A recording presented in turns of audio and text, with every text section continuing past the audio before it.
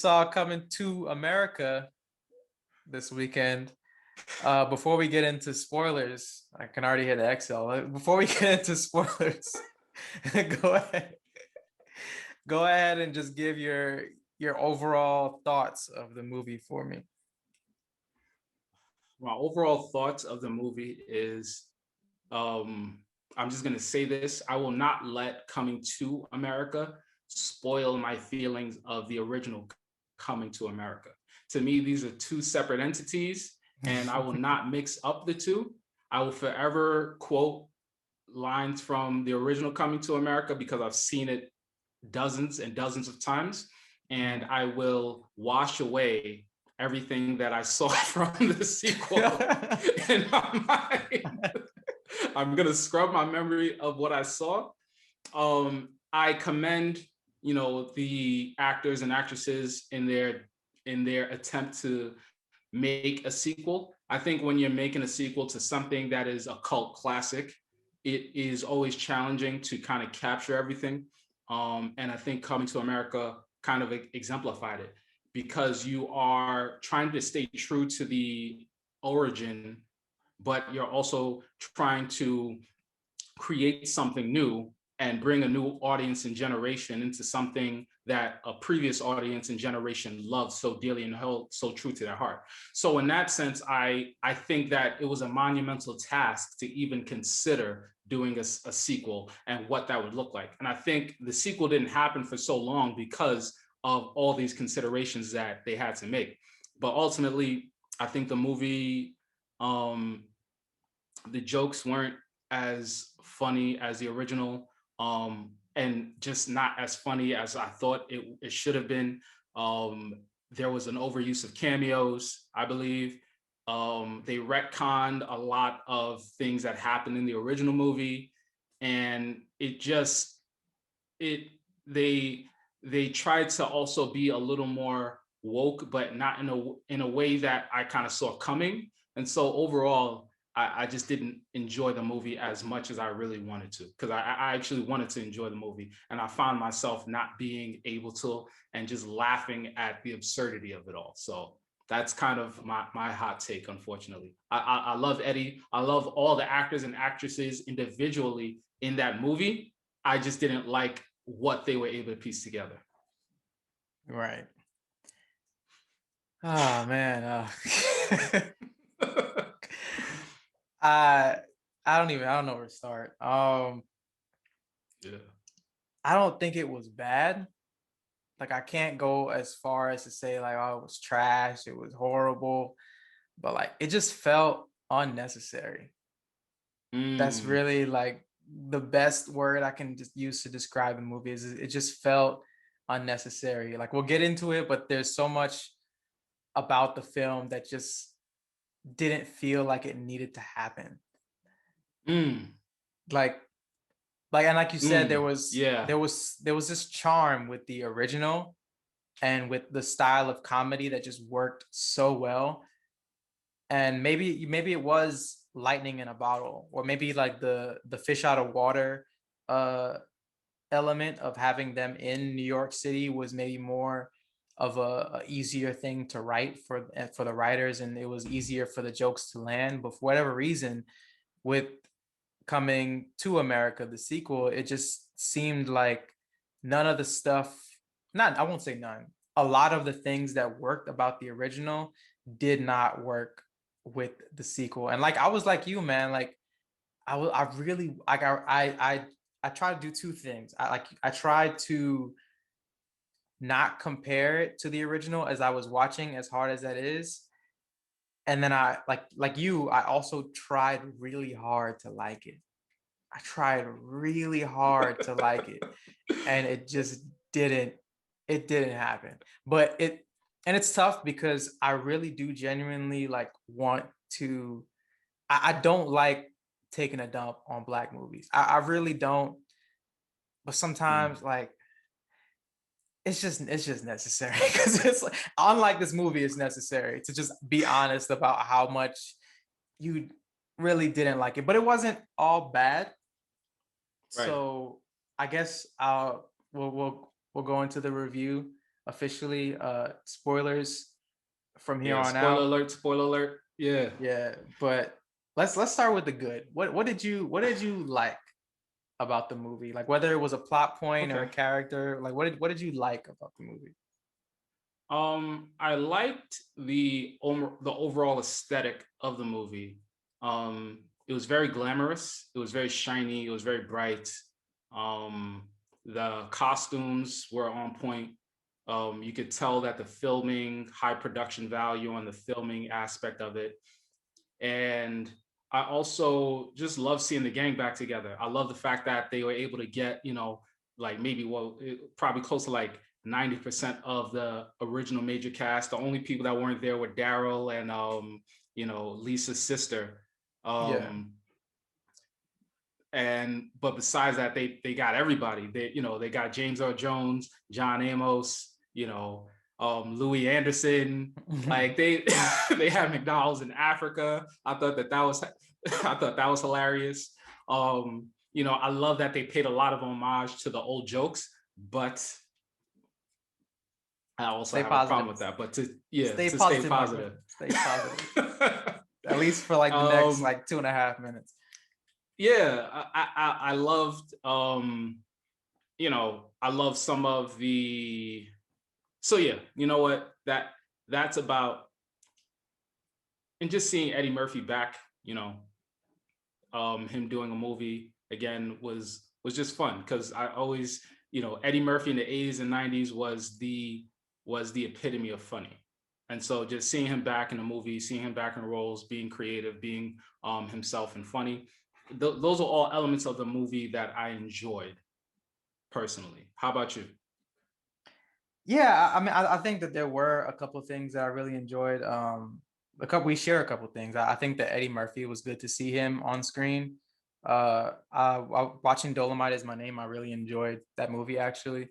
But also it was good to see Yeah, him in this role. It's good to see him back doing what he does best, and I think that he had a lot of really great moments in the film. Um, there was like I think that there were moments in the film that actually did make me laugh. Not as many as the original, obviously.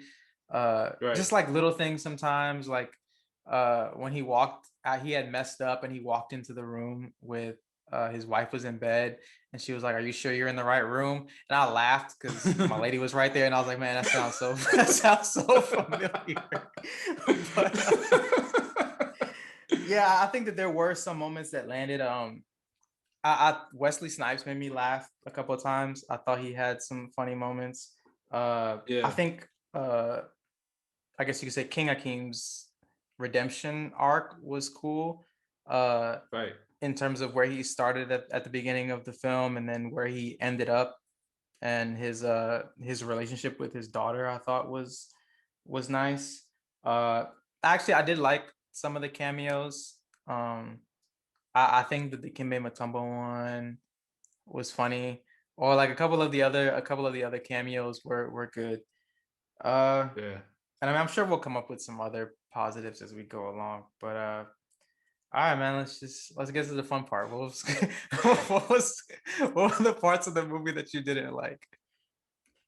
Okay, so as much as I individually, again, enjoyed seeing everybody who showed up in the movie, I could not stand how it felt like a hobbled mess of bringing 80s culture and references into a 2021 audience.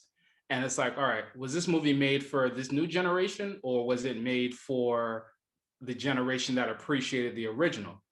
you know, like, and the thing that frustrated me most is like, okay, are you guys come up with new jokes? Why are we rehashing everything that happened in the original? If you're gonna do that, then you should have just made a straight that didn't really that borrowed from the past more so. Yeah, reiterate Between that point the one more time. You Candy and the broke up a Tumble little. cameos. Oh yeah. So like why make a sequel that is going to borrow so much from the original than just make a sequel that is more of a direct link to the original as opposed to something that is trying to maybe be new and stand on its own feet, but is really Mhm. held up by the framework joke wise in this of the past. You know, so you have them rehashing everything and doing a whole flashback scene with different camera angles of the original, where they're literally taking like screenshots and clips of the original movie Yeah, and yeah, putting yeah. it in Oh the my new God. movie. I'm like what kind of lazy filming is this and Yeah, we saw it cinematography already. is We don't need this? to like see a flashback Yeah, of what we've already seen. yeah, I don't need to see those girls rapping again. I don't need to see like, My name is like Peaches. yeah, I appreciated the fact that they were able to get those actresses again. But I'm like, come on, what? Just come up with something new. Using Randy art. Watson I was don't funny. see Randy. Randy Watson was Yeah, funny. He was hilarious. that was very funny. Yes, and I appreciated that. But then you go out of nowhere and you bring in a Michael Blackson in a PG-13 movie. Michael Blackson does not need to be in a PG-13 movie. I need to hear him dropping mother F bombs this and N words that and really get your blood boiling from the fact that he's making fun of you.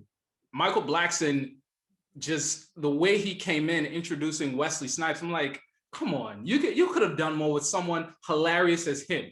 He could have been Prince Akeem's illegitimate son, and that would have been an amazing movie. Just I him, would have. just I ripping. wouldn't watch that movie. I wouldn't watch that movie. That would have been a lot more fun and entertaining to see. Just Michael Blackson just ripping into everything sacred about coming to America, and going off and ad libbing. But so underutilization of some talent in that respect. Again, putting in the salt and pepper and redoing that whole scene, like I don't mind that, but there's got to be some kind of cap on cameos. Like it can't be a new cameo every 10 minutes using a different making another joke that's an homage to the past, but still trying to move the story forward. It's just going back to there was just a lot of back and forth in that element. You didn't like a Midnight Train The to Zamunda? oh goodness. He's So a mighty good before king. I'm gonna let you get on that point. I did not really understand what they did with James Earl Jones's character.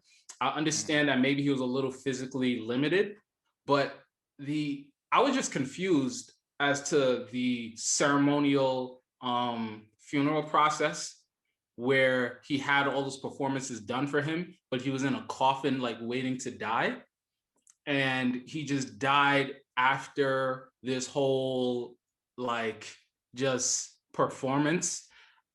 That was so confusing to me. I'm like, is this typical for this society? What is exactly is going on here? It Yeah. like It didn't just land certain. emotionally. Yeah, I'm like, this is a legend. This is probably going to be one of his last movies, and you just have it kind of go out in sputters and just kind of overall just conceptually confusing. I couldn't follow that point. And so they were just yeah. So that was some of my frustrating takeaways.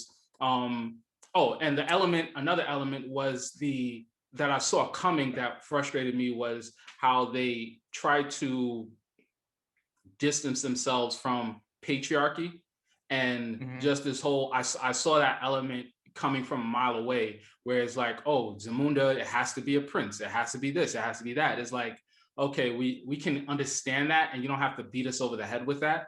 You can display that organically and show how Eddie Murphy's oldest daughter is really the one who's most equipped to kind of Prince Akeem's oldest daughter is really the one who's most well equipped to take over the kingdom, and that it just doesn't have to be so male centric.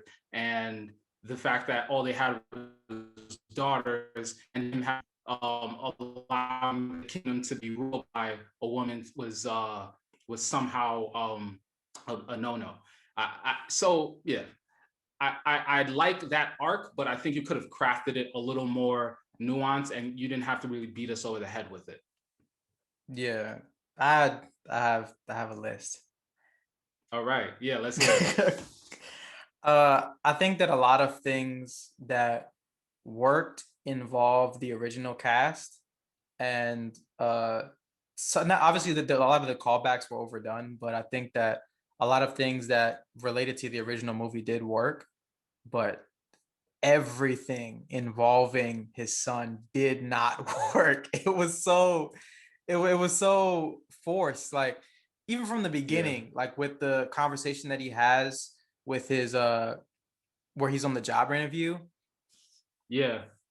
and the weird like that conversation just didn't it just seemed like it was just shoehorned in there as some kind of like you remember like I don't remember where it was from. I want it might have been don't be a menace, but like a message. Like that's that's kind of what it felt like for like some of these uh events that happened in the movie. Like it was just so blatant that they were just like trying to nail home a point, and that it started with that. And then of course, like Yeah. And I actually enjoyed Colin Jost in that, but I just didn't enjoy Prince Akeem's son in it. And I yeah, thought that was funny. I thought he delivered his lines, and I love Colin Jost. So I was like, this is funny, but this dynamic isn't funny.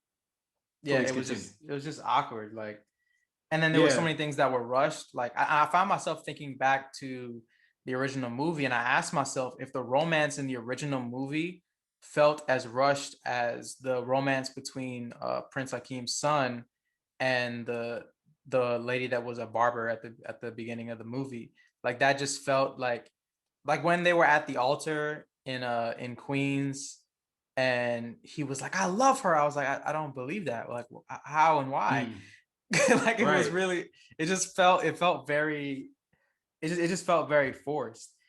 And Right. there were a couple of instances like we were talking about them shoehorning things in. Like there were some really weird like sponsorship moments Yeah. Like as well. Pepsi is the like I thought that was I like that element to be tongue in cheek, but gosh, how It many was on the times can you sell nose. out in a movie? Yeah, it was like Friskies. Let me tune up my Spotify real quick. And it was just like it was just so many moments that were just so. I mean, I Cash guess you got to grabby. pay. I guess you got to pay the bills, but uh, Yeah. and I just want to talk about like I have one more bad thing. And it's probably Okay. like one of the worst things in the movie for me, but the story behind how his son came into existence, like I just how and why is that the best thing that you could come up with for the origin of how he ended up here? And then also like where the movie operates in this space where it's very aware that it's not the 1980s anymore, and in 2021 that there's certain things that you have to address like patriarchy and other things, but that was sexual assault. And Like, we just kind of laughed it I don't mean to off. chuckle, but I just chuckle. But like they make it seem like it's a funny moment in the movie, but in reality, like he got a contact high and he was assaulted, and then like she's almost like rewarded for that because she gets a Mm, trip to Africa for it. But I mean, yeah. it just doesn't work. I feel like there's so many, especially in the current climate, there's so many better ways that you can find a way for him to come into existence. Like they both could have just been drunk or something, and then that's how that happened. It didn't need to be like something. The thing about was it a rhino? There was some joke about a Yeah. rhino. Yeah, like Like a I don't. rhino came into the room. Oh my, yeah, Started ramming yeah, me. It's like let's not talk about ramming in this context. It doesn't work. mm, I don't know, but maybe I don't know. Maybe we're taking it's a comedy, so I don't know like if I'm just going too deep into the weeds about it. But yeah, overall, yeah, it was just again. I'll just say my overall opinion is I just thought it wasn't really a necessary sequel. It doesn't put a damper on the original or change the way I feel about it, but it just felt like it didn't need to happen. But yeah. yeah, that's our review of Coming to America.